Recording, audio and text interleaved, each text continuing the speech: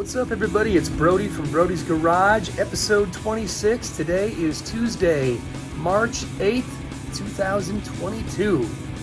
Let's see what we got going on today. Well, after a bit of trial and error, I think I've finally figured out what I'm going to do with the turbos. I went ahead and made the decision to lob that collector off and was going to take one of my 3-inch to 2.5-inch reducers, and I cut one of them down to just the nitty-gritty and was gonna weld that onto there and then do a 90-degree bend, but I don't think I have enough room to do it. Did a little browsing online and I found a very nifty looking cast stainless 3-inch to 2.5-inch tight elbow that already has the V-bands welded onto it. So I ordered a pair of those, and I may have to trim this collector back maybe another inch, but my plan is to TIG weld this V-band adapter onto there, which goes actually like this. So let's just pretend that this is back another inch. And then V-band that 90-degree elbow down. And then my turbo would sit something like this right here. So we've got exhaust gas coming down through the 90 elbow. We've got exhaust gas leaving the back and probably doing one of two things.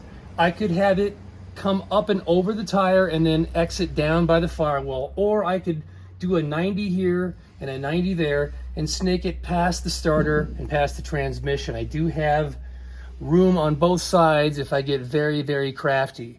The easier way might be to take it over the tire and down the firewall on the outside. Haven't decided that for sure. And as far as the intake side of things, we've got our inlet right here in the front. And so what I'm going to do is cut maybe like a 6-inch hole right there so that it's big enough for my filter to pass through. Boom, right there.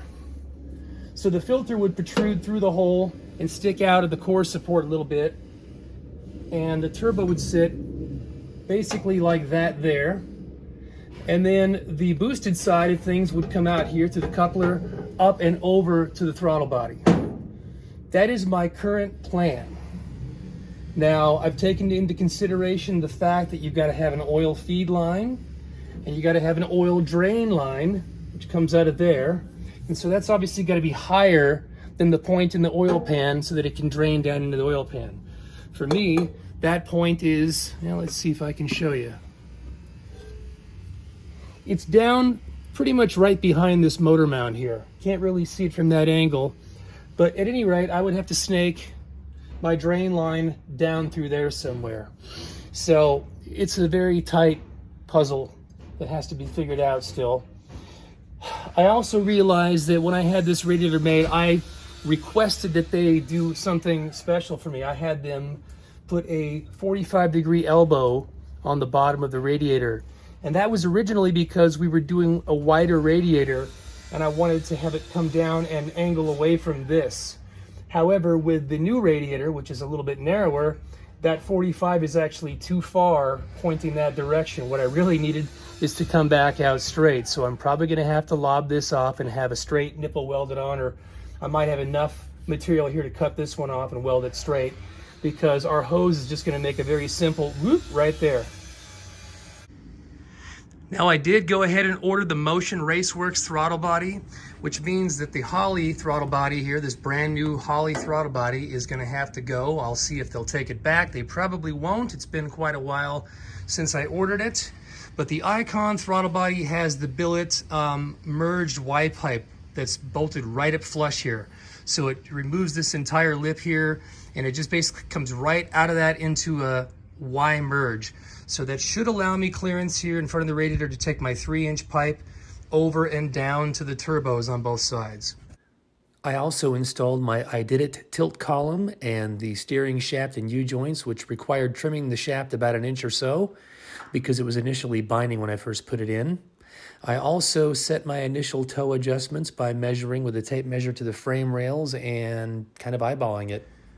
Meanwhile, back in bodywork territory, NAKATA came by today again and worked his magic. I gotta say that Al is pretty much doing about 90% of the actual body work on the car. I've done some welding and grinding, but he is really the guy that's been doing all the shaping and filling and sanding down, and he's doing a fantastic job considering what he had to work with here. This car was not perfect by any means.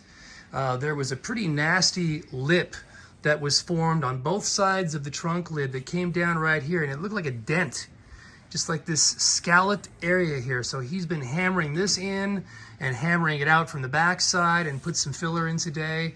The gaps are starting to come together. It's starting to take shape, as you can see. And we might actually have something here when it's all said and done. But once again, thank you, Al, for doing such a great job. I also decided to drag out my rear bumper and the rear bumper brackets, and I just kind of, loosely assemble those right now. And then I realized I never bought the stainless or chrome bumper bolts, so I have no way of putting it on there. So I ordered a set from my friend Rudy out in California at Modern Performance Classics, and hopefully those will be here in a few days and I can test fit that. And then I'm going to see what I can do about notching the bottom of the bumper here and creating an exhaust tip that fits right inside of there. So that's another whole project there. Okay, my friends, that concludes today's episode of Brody's Garage. I hope you enjoyed it, and I hope to see you on the next one. In the meantime, I'm going to crack myself open a cold one here. You all take care, have a good night, and I'll see you on the next one. Bye-bye.